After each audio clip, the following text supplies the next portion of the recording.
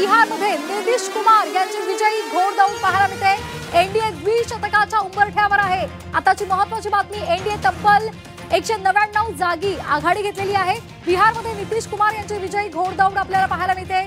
बिहारमध्ये नितीश कुमार यांना मोठं यश मिळालेलं आहे।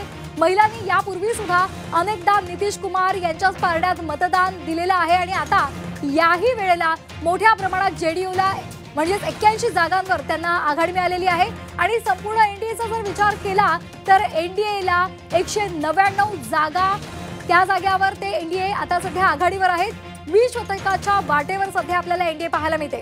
आताची महत्त्वाची बातमी, बिहारमध्ये नितीश कुमार यांची विजयी घोडदौड सुरू आहे।